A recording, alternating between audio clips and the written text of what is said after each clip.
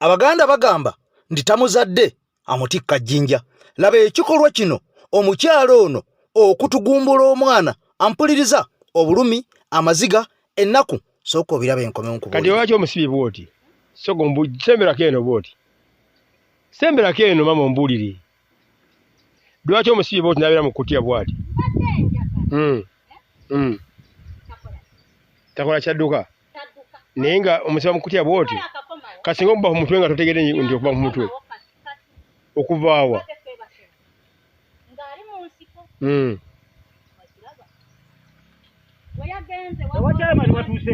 Wazeke wakungamba nti oba yakoze bwati. Yakoze eki? Yakulambe ndekola bwoti.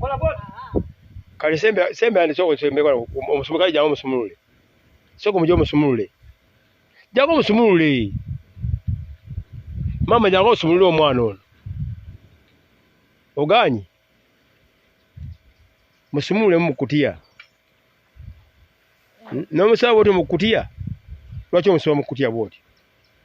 Naye atukugenda tulaga ensawo. Omusibi ebyayi. Omusibi ebyayi. Yanga nawe woli atulaga ensawo gyalaze. Umatanga kugenda. Soko mujye mu kutiya muli mu. Ngenda kukola ebituka. Sirina genzi jasene. Naye omwana ono buli omu Angela yakoze ki? Nogamba ku mutti. Kasinga omutale ku kuluzi kumpi n'oluzi senga omusudde mu busuuzi. Amanyi gye tuva okunoonya ensawo. Niba bodi. Kale mugijjeewa. Vaamu. Mugijjeewa. N'okola ebintu. Mukulu nga tambonyabonya bwako. Kano ka guno. Tugenda ondage. Togenda. Muleke yimirira. Togenda.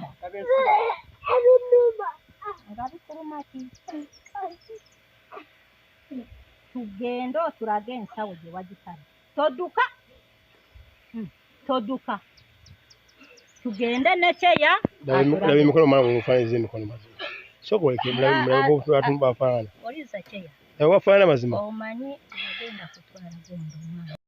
Kaakati nno ampuliriza mbadde n'ensonga lwaki ntandise n'akatambi k'omukyalo oyo gwe baalekera abaana kati omwana oyo nga si yamuzaala wabula ng'omukyalo oyo naye muzadde. Ngenda mukwongera maaso awo nkubuulire ampuliriza ero si chairman kiki kye yakoze omukyalo ono lwaki yakoze kino kyokka mu mbeera y'emu obulumi okutulugunya okuba emiggo egijula okuttirawo abaana gyatandise dda. Lwaki bino byonna bigenda maaso mu nsi Uganda ogenda bitegera olunaku olwaliro. Kaakati nno ngenda kukulaga essomero ogenda kutya naggambye buli nnaku ngenda kubeera nga nkwayo essomero limu ampuliriza ogenda kulaba emyaka 40 egya NRM Mwami Museveni nga yakulembedde okubonyaabonya mu masomero abaana okutulugunya abato abakulu abali mu secondary.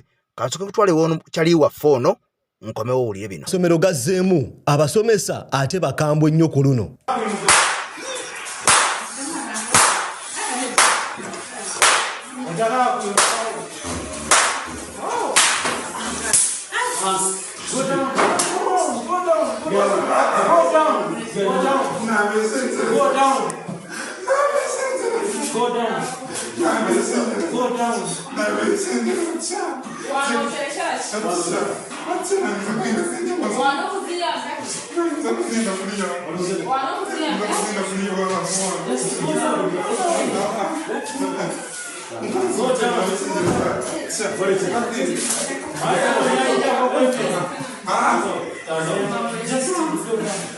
Just lie down. Just go down. Go down.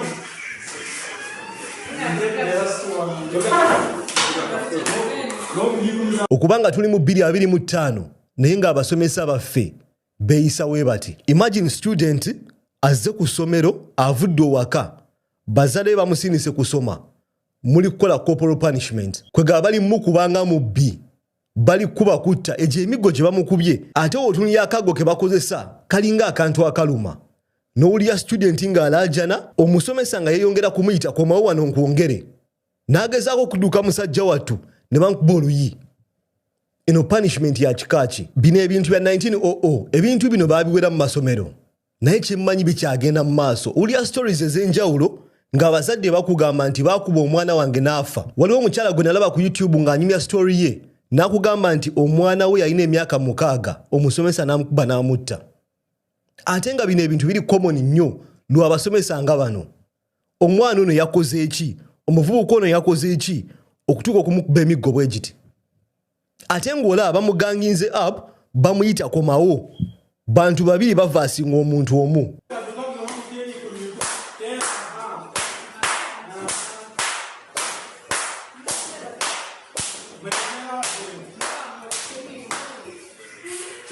Kino kya nnaku nnyo eri buli muntu alina omwana ng'agenda kusindika omwana we ku ssomero. Ebintu nga bino mu masomero bigenda mu maaso mu 2025. Kandowooze poliisi egenda kukola investigation ku kintu kino ekwate abasomesa abo. Ono omwana ekintu kyonna kye yakoze sirowooza nga we nkugambye kirizavinga okuba nga bamukuba we bati. Nga bamuganginga up ne bamukuba emiggo ng'omubbi ng'abbye enkoko ku kyalo. Ono student kyemmanyi ate okuba yasasula ne school fees okujja mu ssomero eryo. Nga expectation yakufuna knowledge. Naye afuna corporal punishment. Ate ekisingayo kuba ekibi ennyo oba ekyobusiru ekisembayo ne bakikwata ku kamera. Eno video yabadde disgusting nnyo. Amasomero ge gamu egavaawo nga gakutuma school requirements ezitagambika eziri out of this world, eziri unrealistic. Abaana twakabatika ku masomero tebanana kuwezayo nnaku 3 naye omwana ankubidde ku simu y'omusomesa n'angamba taata kiwangi twagala sereza microscope by'ebikimbu ya mitwalo 10 nzijjewa. Kyesitamanyi oba ono gaya asaago oba ali serious. Twava ddi ku bitabo rimu n'enjeyo ne tuuka ku microscope. Kwegamba education system eri mu kusinkinga. Amasomero gafuuka business. Amasomero gaasalawo kufuna ssente mu bazadde n'abaana mu kifo ky'okusomesa. Kakati nno kibadde kiggula luggi nakapiripiriiti gye twolekedde. Ampuliriza bitundu bya Kalamojja. Jjukira nti eno nakapiripiriiti eno yeewali amabaati agabbibwa bannayuganda, gavumenti ya Uganda ge yali esindise eno e Kalamojja abasajja ne bagabba n'abakazi. Kati wulire ebigambo bibino ampuliriza. Omwana oyo bamukubye emiggo egimoosezza n'omuliro. Ebigambo bino tolowooza nti biri wa Uganda wabula biri wano mu bitundu bya Maserengeta eri Emballa. Omwana oyo yabadde akoze kyo kumukubanga omubbi. Kakati nno bino byonna nga bigenda mu maaso olunaku olwaleero nze Ekemasi mabega w'omuzindaalo. Vidiyo eno gy'olaba olusozi olwo lw'olaba emabega waalwo abaana gye bava ne batambula mayiro 9 okujja nga bajja ku ssomero erimu mu kitundu gavumenti eno efugidde emyaka 4. Kino kirumiriza naye essomero lino njagala olirabe. Abaana batudde mu kiraasi kakati emabega eri waliwo katene ate wali n'eddoomu. Ulira ekiraasi abaana mwe basomera mwe muli n'eddoomu. Kakati abawala basula mu staff room nga bw'olaba. Staff room ebeeramu abasomesa, okubeera abasomesa abasajja, okubeera abasomesa abavubuka nga bavubuka balenzi. Abawala mwe basula. Kitegeeza nti omwana okujja okukyusa engoye oba biseera bya misana oba omwana ayagala kukyusa paadi alina kuyingira mu ddoomu. Kati ate ddoomu ye staff room ate omubeera abasomesa. Kati wulire ebigambo bibino ampuliriza. Era amasomero gano mangi n'amalala gafanaganako nga kano nzizenga kulaga mpola mpola egunaku lwaze essomero eriri mu bitundu eyo eby'Embale. Kati ino kugambye abaana bana bokka abawala be baatudde ampuliriza ebibuuzo ebya senior 4 olw'okubanga embeera mwe basomera ampuliriza tetegerekeka. Kakati essomero kugambye kiraasi yeddoomu. Abaana abalenzi we basula we bakyusiza engoye ng'eno bannaabwe bali mu kusoma. Nga bw'olaba eryo ssomero lya secondary lyeriri mu kitundu kino abaana be musuubira okubeera nga balina okusoma bakompiitinge n'abaana abali Emballa, abali e Kampala, abali e Wakiso. Kakati nkugambye ate bw'ogattako emiggo abaana bano abamu beewerera n'okwewerera. Kitegeeza nti ampuliriza Ministry ya Education ebintu ebimu yasalawo yabivaako dda ampuliriza. Kakati nno njagala nsooke kuzeeyo katono nnyo osooka owulya ebigambo bino ate ampuliriza nkome obutereevu nnyo lwogome. Wabula nga teweerabira omulongoosi omuluuta nsozi yamala ebizibu bya bannayuganda aba buli kkala mukooneko ku nnamba eyo ne bwoba oli Bulaaya ebisigala jja kubeera nga abikutegeeza ebisingakawo naawe obulamu bukunyumire. Mukwano gwange mukadde wange seeguya kakeeto wali mu ggwanga erya UK nkutumiddeko nnyo omukyala ne bebi mwebale nnyo mwebale ddala omutima ogwa Sseruganda omukulu JS David Wamala ggwanga lya USA naawe sikwerabidde nkulowooza nnyo mukwano gwange mpuliriza weebale nnyo ne ttiimu yonna kakati maama Switzerland weebale nnyo emirimu kino kye kifa mu ggwanga Uganda we mutali bino bye biri mu nsi yaffe ampuliriza oba oliawo ng'oli bunayira sooka oli ebigambo bino ate tukomewo. Majority of the students come from behind that mountain, which means to access the school they have to climb the mountain, walk through the valley and come to school. The learning environment is also poor in that some of the students sleep in the same classrooms in which they study. The school has no boarding facilities. The classrooms serve as dormitories. Bed sheets separate the learning area from the sleeping area. For decency, the girls sleep in the staff room. In the absence of dormitories, where would you expect us to keep them?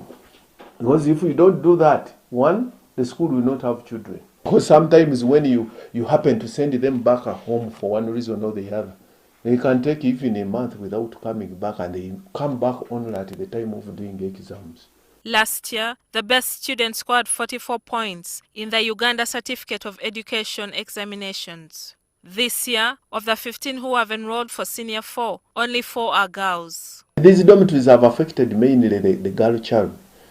The parents are not, when they bring their children here and they see the sort of environment where their children are going to sleep, then they just choose not to bring them. The school does not have a science laboratory or textbooks, yet science subjects are compulsory. A few years ago, the government delivered chemicals for science experiments.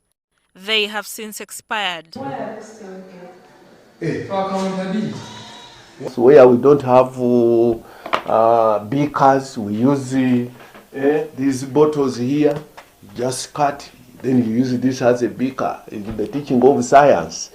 Kakati nno nga bw'owulira bino byonna nga bigenda mu maaso okwerumaaluma okw'ensimbi mu NRM kukyagendera ddala mu maaso kubanga bano bamaze okubeera nga bakikakasa butereevu nnyo nti mufo kyokkolera omuntu wa wansi omuntu nakunkunyedda ampuliriza bano bali mugabana bugabanya ensi yaffe kati bwinaalaga nti amabaati agaali gagenda e Kalamojja mbune kubabba amabaati kwaliko n'omukyalo ono Prime Minister kati nkulaze essomero erimu eriri e Kalamojja abaana batambula mayiro 9 batambula mayiro 10 bayita mu bibira essomero liriyo limu mu kitundu oba oliawo erituuza abaana nkugambye nti abaana ekirasi mwe basomera ate dormitory staff room omubeera abasomesa abasajja ate abawala omwo mwe basulamu bakyusiza n'engoye kaakati no bino binanga bigenda mu maaso okwerumaaluma kweyongere ddala naye nga kuviire ddala kuki ku bubbi omulugube ogukyagenda mu maaso kakati no bano omusajja ono eyakunamira Ssaabasajja Kabaka ne bamuwa obwa assistant RDC mu bitundu by'e Gomba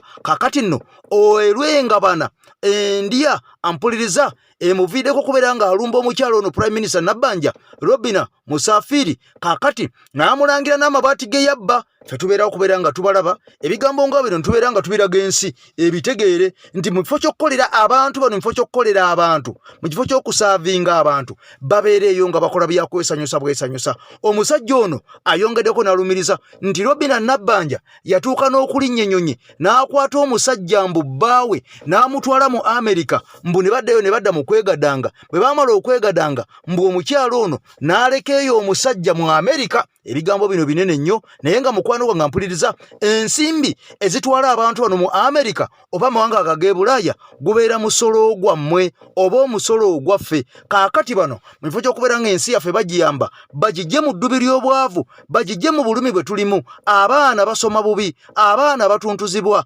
abaana babulako omwasirizi kaakati bano badda mu kwepiikya badda mu kwesanyusa badda mu kweyagala kaakati nno okubba amataka ettaka ly'abantu abawejjere likyagenda mu maaso n'okubbibwa ng'ani alibba mbu omukyalo ono Prime Minister Robina Nabbanja Musafiri ani abyogera eyabyogera yoyo gwolaba ebigambo bye bino kimala mukyala gwe kankugambe Nabbanja Musafiri mubbiwa amabaati waba amabaati g'abaana ku Kalamojja ekitundu tekinafaayo kati otandise okunyira mu ofisi ya Minister wa Presidency tukoye leka tukubulya olwaleero Nabbanja Musafina waweereza omusajja gwe bayita Sale Kamba tebamuweereza obwalabisi olwamuweereza Nakasongola n'agenda mu bayindi n'asaba ssente abayindi n'asooka nabakuba miliyoni 2 bwe yamaliriza n'agenda n'abagamba nti obatumye ettaka yika 3 ku ttaka mu gavumenti yali ewawadde abayindi abo abayindi ne beekubira enduulu wa minisita wa presidency ne bamane bagenda wa Nakalema n'ayita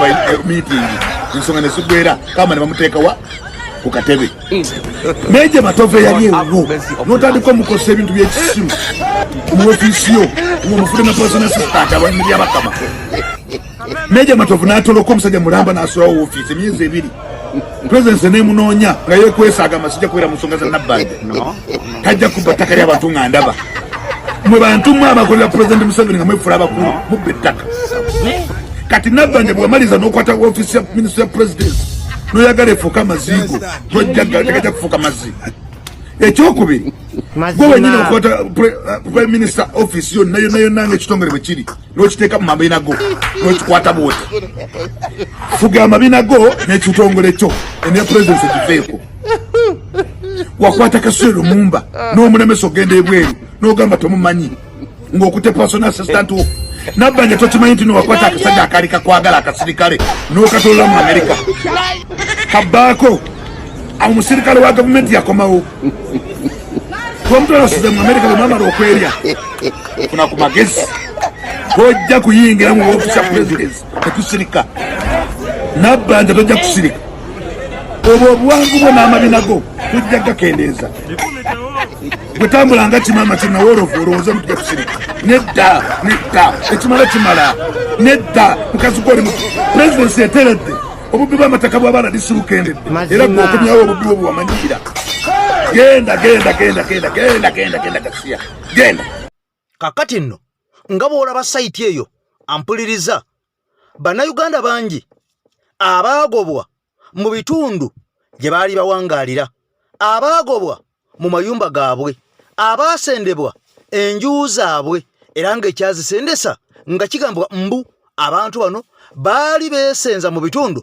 eby'entobazi kati wulira ebigambo bibino ng'omaze okuwulira omukyala prime minister Robinah Nabbanja Musafiri ng'omusajja ono amulumiza butereevu nnyo okuvaayo okubba oba okunyigiriza abantu abanaku n'abeera ng'ono abasindiikiriza nga bajja ku ttaka lyabwe n'atuuka okubeera ng'alitwala kaakati nno mu ngeri y'emu njagala olabe akatambi kano njagala owulire ebigambo bino kubanga ebiseera ebisinga tuvaayo ne twogera ku nsonga nga zino naddala ezo ezinyigiriza omuntu wa wansi waliwo ekitundu wano mu Buganda sayidi eno ez'Entebbe abasajja bazze ne beeyigiikiriza bwe kyewandiise entobazi ne basendera ddala paka eri wansi ku mazzi ku nnyanja nakulidde akatambi olunaku olw'eggulu mu mbeera y'emu ng'omusajja asibye ekikomera wakati mu nnyanja naye nga tewali amugambako kakati nno nawana essaawa zino abantu bazze ne basenda kye bayita entobazi nga tewali muntu n'omu abagambako ebimoroka ne biyiwa amayinja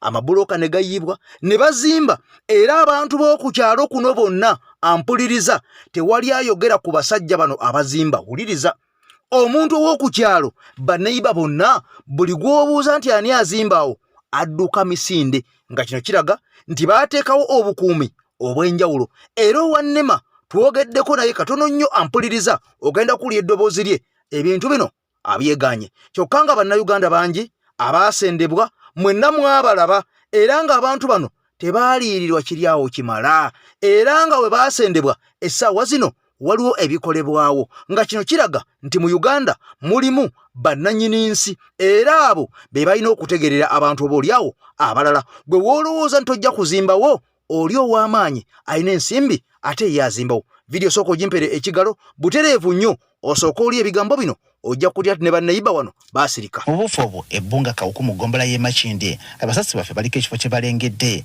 nga kiyiibwamu ettaka kumpi n'olutobazi lw'ennyanja Nalubaale ekyoleka nti ekigendererwa kyabwe kyakuteekawo nkulaakulana bano bakola butawera kirona misana loole ezisomba ettaka ne weetiiye zirabiddwako nga zeekejja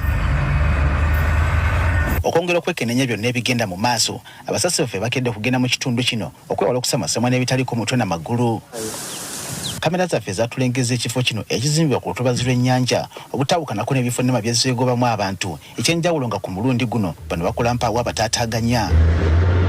Nga tukyakwata ebifaananyi tulumbiddwamu ku bakuuma ekifo kino ko n'omusirikale alabika okuba nga yawa obukuumi ne batanula okukaza bannamawulire baffe lwaki badde bakwata ebigenda mu maaso. Tekikkirizibwa sebo gyako kamera. Bano batusuna okutulagira okusangula ebifaananyi byonna bye tukutte ekyoleka nti mpaawo kibadde baagala kimanyike ku byonna ebikolebwa. Gujjako kamera yogende. You did everything that is. Twagala okugerako n'abatuuze kyokka nga bonna mpaawo yeewaayo olw'okutya okutuusibwako obulabe abavubuka abateekebwa okukuuma ekifo kino. Twogeddeko n'omu ku boogera ekitongole kinnema William Lubuulwa atubuulidde nti mpaawo kyebamanyi ku bizimbibwa mu kitundu kino wadde okubawa olukusa okubaako kye bakolerawo. Ekiikawo ku kino tubadde nga ffennema tetulina kimanyirako ddala mu butongole naye nga bannaffe abakulembeze b'omu bitundu be basinsookera ddala okuvunaanyizibwa ku butonde bw'ensi yonna gye bawangaalira. Kakati tusuubira nti abantu abakulembeze b'ekitundu ekyo baali badde bafaayo nnyo okulaba kigenda mu maaso era ne bakwata abantu abo ne babakwasa poliisi era ne bakwasa empisa. Ono agambye nti mpaawo omuntu yenna gwe wabuusa amaaso mu kiwendo kyabwe ekyokukwasisa amateeka era nga kuno bagenda kusitukiramu. Bwe tunaakizuula nga bannaffe abo bakola ekintu ekyo mu bukyamu bajja kukwatibwa tekisookera ddala. Banaamala okukwatibwa tujja kuteekateeka fayiro yaffe yaabwe tubatwale mu kooti. Kyokka ge tufunye okuva mu nsonda ezeesigika galaga ng'ekifo kino ekyogerwako bwe kiri ekyomu ku bagagga abakukutivu mu ggwanga era ng'ayagala kuzimbako kifo awawummulirwa. Muganda wange Seguya weebale nnyo bali eddala obubaka bwatuuse dda era mukwano gwange mpuliriza kaakati nkyajinze bubi nnyo nkyajinze bupya nnyo olw'oku essaawa tusimbule ebigambo twolekera okubeera nga tubiyitaayitamu byonna. Woolabira omusajja ono ali mu nnaku ey'ekitalo ali mu maziga akaaba ampuliriza obutali bwenkanya bwamutuusibwako mu nnyumba ye nga bwenze nga nkulaga katambi kano okuva gye twavudde naggamba nti tujja kulondobangamu ebyo oba oli awo ebitakutuuseeko naddala ggwe alinda ebisinga ku TV ebimu oyinza obutabirabayo kaakati no ne tuga nti tujja kwekwanyakwanyanga tufisengawo akadde tubireete wano naawe atabirabyo ku TV osobola okubeera ng'obiraba kweno yaffe AKTV Media Uganda olutimbe gaggadde kaakati nno owulira ebigambo bibino omusajja ono gw'olaba akulukusa amaziga agajulujulu kigambwa nti omwana we yatugumbulwa yattibwa omukuumaddembe uliriza yattibwa omukuumaddembe wabula omukuumaddembe oyo owa poliisi ye yatta omwana ono era omukuumaddembe oyo yategerekeka bulungi nnyo wabula ng'ekyennaku omukuumaddembe oyo takwatibwanga kuvunaanibwa takwatibwanga kutwalibwa mu mbuga z'amateeka. Omusajja ono yali alina omwana we omu bw'ati era omwana we ng'amuweeredde ng'akuze atuuse emyaka nga 18 wabula ekyatta omwana ono ampuliriza nga bw'omanyi nti mu Uganda bakwata osaba Katonda kubanga buli kika kyakutulugunya kibeerayo. Bangi mbalabye abakwatiddwa ne batwalibwa mu makomera ag'enjawulo nga bavaayo nga balojja obulumi okutulugunyizibwa okuli eyo abamu basiyagibwa n'okusiyagibwa n'ebikolobero bingi nnyo oba oli awo ebibatuusibwako mu makomera eyo gye bali. Bangi baakwatibwa naye nga baabuzibwawo tewali muntu n'omu na guno gwaka amagi gye baalaga gye buvuddeko nakoledde akatambi ng'abantu bangi bakwatibwa mu bitundu eby'ebuddo mu disitulikiti ey'ewakiso wabula nga bakwatibwa mbu nga batwalibwa ku police post emu wali eri ampuliriza ebuddo kaakati bano nga bakwasibwa amajambiya nga bakwasibwa embazzi nga bakwasibwa ensululu nga bakwasibwa buli kimu ky'omanyi ekissi ekitali mmundu kaakati awo nga babakwata ebifaananyi nga babakwata zi vidiyo wabula agaana mbu ng'atwalibwa ng'atulugunyizibwa mu kifo ekyenjawulo wabula poliisi bwe yavuddeyo biro byonna yabyegaanye neegaa nti oyo samwasamwa mbw era police post yeyogerwako mbw erina mu kulinovatingibwa kaakati nno ebyo nga obitadde ku mabbali sooka oli wa poliisi ono kyeyakola omwana w'omusajja mpaka kumuserengesa ezira kumwa naye nga wenjogerera omusajja ono tafunanga bwenkanya kiruma. Musajja mukulu amaziga gwe gajula okuggwa mu kiwanga ye Sulaiman Mugume nga mutuuze ku kyalo Nyabwina mu gombola y'Erwengaji mu disitulikiti y'e Kabalole agakabalwa ngeri omwana we w'emyaka 18 gye yafaamu. Muguma agamba ng'ennaku z'omwezi 20 ogwokuna omwaka guno sipiika wa disitulikiti y'e Kabarole Timothy Ruhweza yakola akabaga ak'okwesanyusaamu. Mu bagenyi abajja Kabaga mwe mwali n'omumyuka we Siteerako Obugabe agambibwa okubbibwako ebibye bwe yali mu kunyumirwa entujjo ku kabaga ako. Bamubbako esimu ze 2. Olukongolo baaluteekako omu ku baana abaali ku kabaga ako. Omwana yali omu mbaga omwo yabba esimu ezo, naye waliwo obwana obulala bwali atudde nabwo obwamulaba ng'ajjawo ki akawaleti. Yamala nga ddakiika nga 10 n'akomawo, na 10 tizaawera n'akomawo omwana oyo. Ati omukazi nga kyanoonya ki esimu gy'abadde atudde gundi waletiye. Abaana ne bamugamba nti abadde atudde wano yazitutte.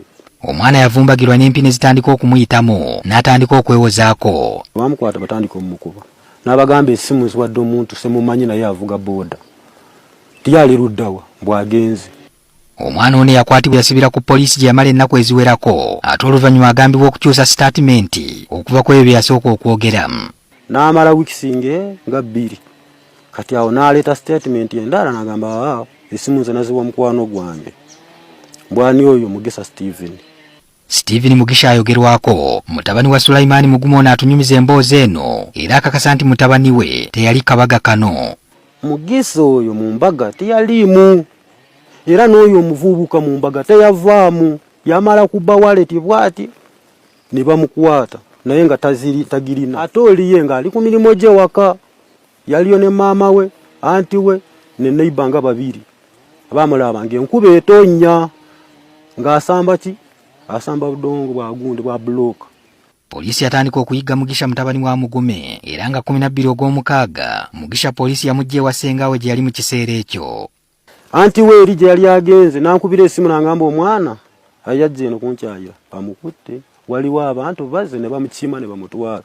Kuliko polisi emu n'abasirikale abalala entamanyi. Bagamba mu kumukwata ate babagamba nsonga endala emukwasizza.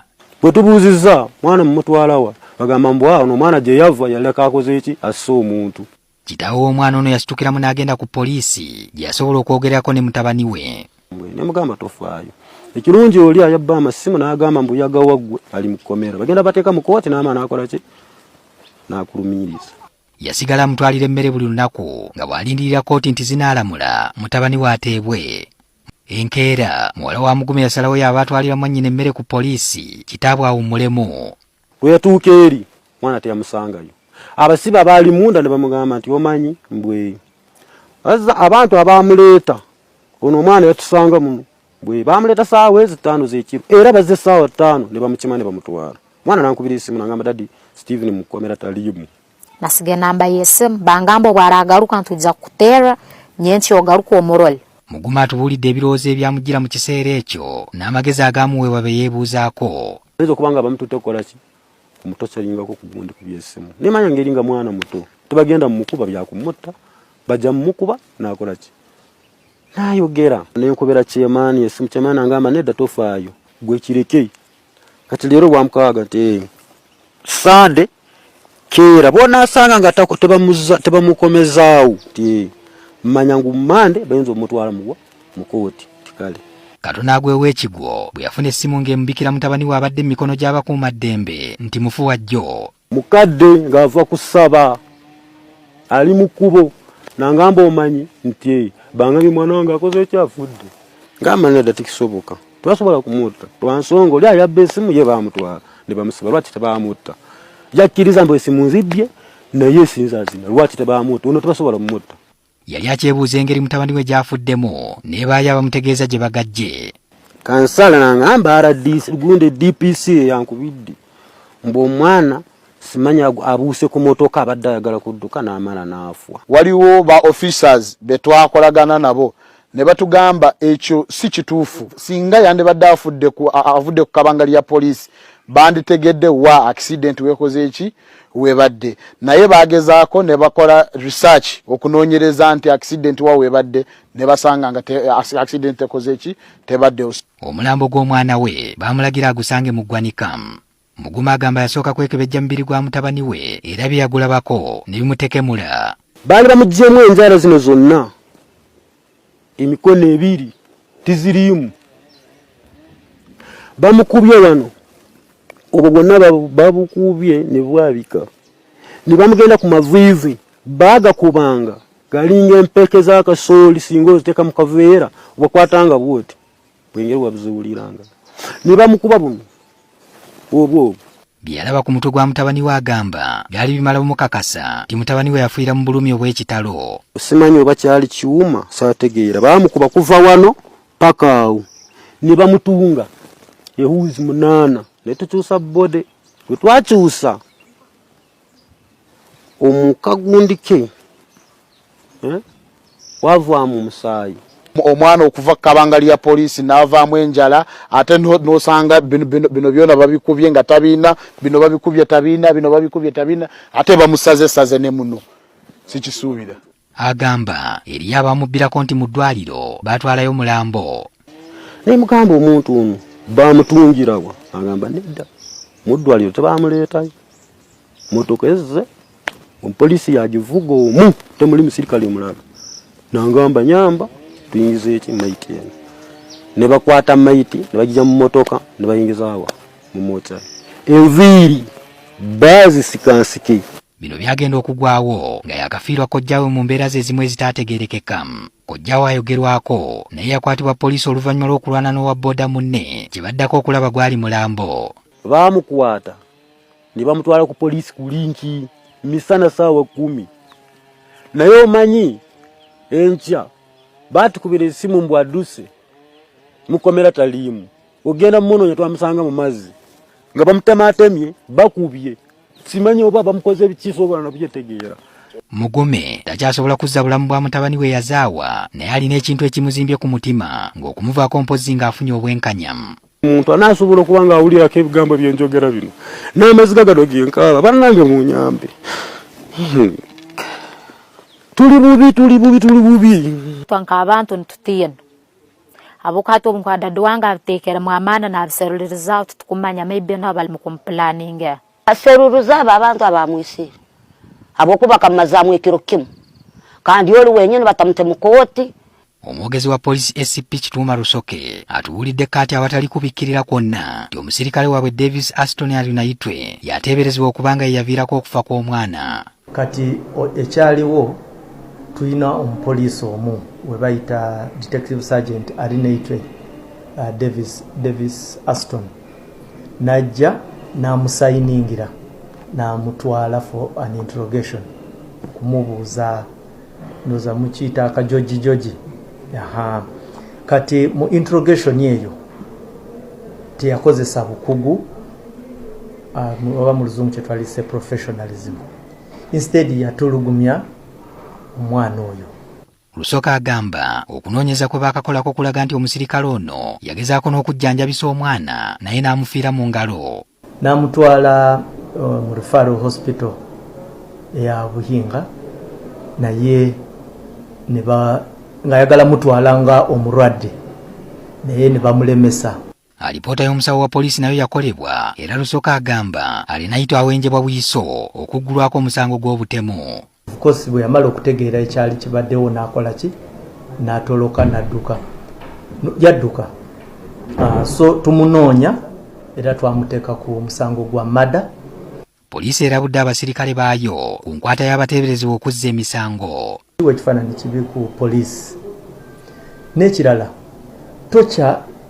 teyina kyamaanyi kyeyongerako ku bujulizi bwa kooti bukozi bw'otokyalinga omusango ogwo gugobebwa. Patrick Senyondo, NTV Akawungezi. Kakati nno embeera omaze okubeera ng'ogiwulira ey'omusajja oyo musajja wattu nga omukwano gw'omwana we bwe batyo bamumulesa abandi kuumya abantu ate babatusaako ogw'okubaserengesa ate zira kumwa kyannaku nnyo kiruma naye nga mpuliriza omusajja oyo gw'olaba ye Brigadier General Felix Kulayiye akatambi ke twamaze ono yakakasiza mu bigambo bye n'agamba nti twali tugenda kutugumbula Dr. Kano Kizza Besigye nga tumuttira e Kenya nga tumutta naye twasawo ne tuga nti tetujja kumutta mbu kubanga bingi bano bye basirikidde ebikwata mbu ku Besigye mbu ne byali agenda okukola wabula mbu nga bano ekibigaano byogera mbu batya okuwaawaza abantu amatu n'okubeeraliikiriza mbu kaakati nno bannayuganda babakako ne babavuma ne babalengezza naye mbu nga tebamanyi biki abantu bano mbu bye basirikidde. Omusajja ono yayongeddeko nakati Besigye okusinziira ku kulondolako twamulondola twali tugenda kumutugumbulira e Kenya wabula twagamba katumuleeta wozesebwe mu kkooti ez'amagye. Kaakati nno omusajja ne twebuuza bwe kibanga ekyali e Kenya kyali kyetaagisa omusajja oyo kumutugumbula lwaki baawalirizibwa okumuleeta ate bamuzze mu kkooti nga yali waakuttibwa. Kyovula nga abantu bangi bagamba nti ono Katemba awedde emirimu baali bazannya Katemba okulaba mbu nga Besigye bamukomyawo abeere relevant mu bantu mbu kubanga ono yalingawo naye mbu nga abazannyira buzannyizi mizannyo gyabwe okubeera nga batuwuddiisa. Kaakati nno bwe twafuna Mwami Kyagulanyi owa ddala ono musajja Besigye olwo ne bamuvaako mbu kyova olaba bakyamutusibyeko naye nga bannayuganda bamu bagamba nti ekyo kiwaanyi twabikoowadde ebyo teri muntu asobola kukusiba nga gw'omu kubalya ssente z'engatto ez'amagye noleeta sayidi emu nga gw'omu kubaleetaano ebyokulwanyisa eby'omuvumba nga tewali yakusiba. Kaakati sene n'olya mpitirivu nnyo aye nojja nti olwanirira munnansi. Ebigambo bino sooka obiwulire n'ebikirako ogenda biwulira. Ssaabasajja Kabaka wangaale mwebale nnyo bali ddala okubeera nga mugoberera omukutu gwaffe. Eggwanga lino tulibonyeza bingi bye mutamanyi. Eno ensonga nkulu. Ate twali tusobola n'omuntu okumumiza omusu nga tannatuuka wano. So olinga nga bajeno timwira kyemusirikidde kyemutayinza tugamba naye nga kitiisa. Twagala kuwaawaza amatu, twagala kusasamaza nsi. Naye olaba tusalawo nti omuntu tajja kuttibwa mu bweru w'amateeka kati mutwale mu kkooti emuvunaane. Naye olw'okuba wano mulidde ne mwebikka netudeka netwebaka nemwebaka mu bifo by'abakyala bammwe n'abaami bammwe ne mutandika tuvuma ne mutulangira nga bwe tutasoma bwe tutalina bumanyifu wonna bumanye temulina bakugu bamala kubuzisa abantu tulina bakugu bakubawozesa nga omuntu wabula kkooti eyo alina masters Mpuuga tasobola kutuula wano nga bwe ntudde naawe nga waliwo Besigye. Besigye mu nsi omuntu gwe yakyawa Mpuuga. Nga namala wali mu kkooti y'amagye Mpuuga ngazze. Yamanya kuba nti Besigye tagenda kubeerawo. Era we yali azze kubega. Mu nsi Besigye agamba nakyawa Mpuuga obulamu bwawe. Yekyogera Besigye oli munnamawulire gwe omutuukiriranga. Gwefuna obudde okyalireko ku Besigye. Ekya Mpuuga. Mpuuga yaddawo okutuwooka ng'ekutteyo n'agitunda n'agenda agiguza Kayihura.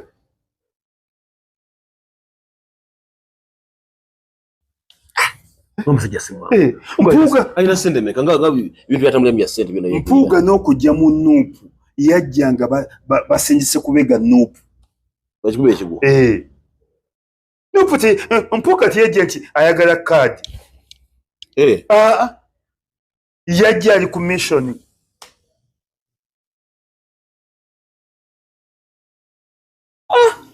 Nga simwa. Mpuuga aludde. Wano omuntu gwenzikiriza wadde atagalatagala atali munyo lubegabega ate Sseggona oyinza omuddiramu. Naye Mpuuga mbega awedde emirimu. State agent. Mpuuga mbega awedde emirimu. Muntu wa Museveni 00.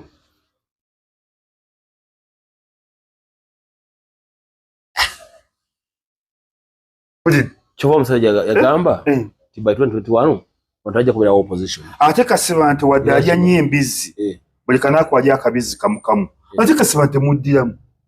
Kasiba nti ndowooza embizi yemutabudde olidde nakuba nti bamumana kaadi naye Kasiba nti abadde ku opposition. Naye Mpuuga mbega awedde emirimu. Ate lyasira okwago. Aho tasobola munnange. Era wano mu opposition bwe tusooka okuteeka kati abali ku opposition Bobi Wine, Kizza Besigye, omulodi w'eggwanga. abo abasatu boteekayo n'omukono ne bagutema.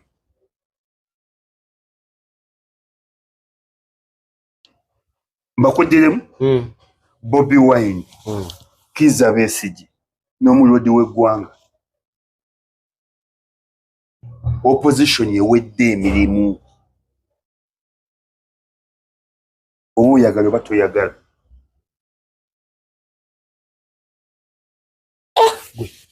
Ng'osomesezza Bambega. Mpuuga n'Abeedi tebabeerangako opposition n'olunaku n'olwo wadde n'eddakiika emu bw'eti.